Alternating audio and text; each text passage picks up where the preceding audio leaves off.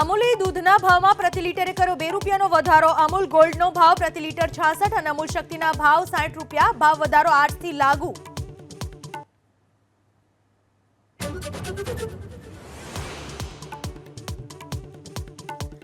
ત્રણ દિવસ રાજ્યના કેટલાક વિસ્તારમાં 25 કિલોમીટરની ઝડપે ફૂંકાઈ શકે પવન। સૌરાષ્ટ્રમાં સિસ્ટમ સક્રિય હોવાથી સામાન્ય વરસાદની આગાહી।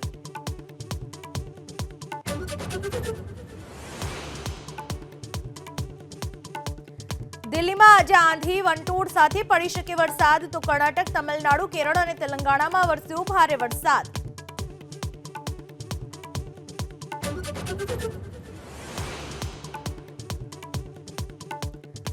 અમદાવાદમાં ફરી રફતારનો કહેર। પાંજરાપોળ 4 રસ્તા પાસે ડમ્પરે મોપેડ સવાર દંપતીને અડફેટે લેતા મહિલાનું મોત। સોલા બ્રિજ પર કારની ટક્કરથી યુવકે ગુમાવ્યો જીવ।